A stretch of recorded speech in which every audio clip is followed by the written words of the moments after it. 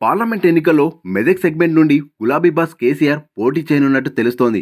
ఉమ్మడి మెదక్లో పార్టీ పటిష్టంగా ఉండగా ఆ నియోజకవర్గం నుంచి పోటీ చేసి గెలిచి కేడర్లో మరింత జోష్ నింపాలని భావిస్తున్నారు. ఆ పార్లమెంట్ పరిధిలోని 7 అసెంబ్లీ నియోజకవర్గాల్లో 6 స్థానాల్లో బీఆర్ఎస్ అభ్యర్థులు విజయం సాధించారు. దీంతో ఈ పార్లమెంట్ నియోజకవర్గం నుంచే పోటీ చేస్తారని పార్టీ వర్గాలు పేర్కొంటున్నాయి. ఇక బీఆర్ఎస్ పార్టీ పార్లమెంట్ ఎన్నికలపై దృష్టి సారించింది. రాష్ట్రంలోని 17 స్థానాలపై కసరత్తు ప్రారంభించింది. అసెంబ్లీ ఎన్నికల ఫలితాల ప్రభావం కేడర్పై లేకుండా చేయాలని భావిస్తూ అన్ని స్థానాల్లో పాగా వేయాలని ప్రణాళికలు రూపొందిస్తున్నది. ప్రస్తుతం పెద్దపల్లి, నాగర్ కర్నూల్, ఖమ్మం, మహబూబ్ నగర్, మెదక్, మహబూబాబాద్, చేవెళ్ల, వరంగల్, జహీరాబాద్ పార్లమెంట్ స్థానాలు బీఆర్ఎస్ ఖాతాలో ఉన్నాయి. అయితే సిట్టింగ్ ఎంపీలో కొంతమందికి పార్టీ టికెట్ ఇవ్వడం లేదని విశ్వసనీయ సమాచారం. అందులో కొంతమంది పోటీకి ఆసక్తి చూపడం లేదని, వారి స్థానంలో కొత్త వారికి అవకాశం ఇవ్వాలని కేసీఆర్ భావిస్తున్నట్టు తెలుస్తోంది.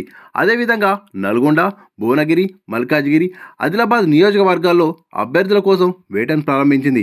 పార్టీ సీనియర్లతో పాటు ఆయా నియోజకవర్గాల్లో ఏ సామాజిక వర్గం బలంగా ఉందని, గతంలో గెలిచిన సామాజిక వర్గాలు, ప్రస్తుత రాజకీయ పరిస్థితులు అన్ని బేరీజు వేస్తున్నట్టు సమాచారం. ఎన్నికలు ఖర్చుతో కూడుకున్నవి కావడంతో ఆర్థిక పరిపుష్టి ఉన్నవారిపై ఫోకస్ పెట్టినట్టు తెలిసింది.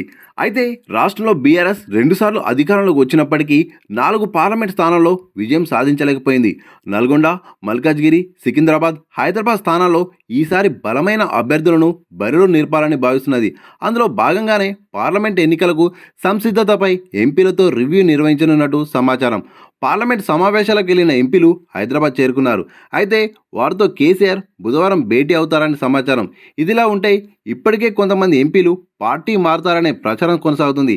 ఈ భేటీలో ఆ అంశాన్ని సైతం ప్రస్తావించేందుకే ఒక్కొక్కరితో విడిగా మాట్లాడాలని భావిస్తున్నారు. పార్లమెంట్ నియోజకవర్గాల్లో పార్టీ పరిస్థితి, నేతల మధ్య సయోధ్య, చేసిన పనులన్నింటిపై చర్చించే అవకాశం ఉందని సమాచారం. నేతలకు బీఆర్ఎస్ రాజకీయ భవిష్యత్తు ఇచ్చిందని, పార్టీ కష్టకాలంలో ఉన్నప్పుడు బలోపేతానికి పనిచేయాలని కేసీఆర్ వివరించే అవకాశం ఉంది.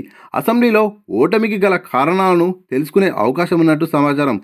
అయితే అన్నింటిని బేరేజ్ వేసుకొని గెలిపే లక్ష్యంగా కేసీఆర్ పార్లమెంట్ ఎన్నికలకు ప్రణాళికలు రూపొందించినట్టు తెలుస్తోంది.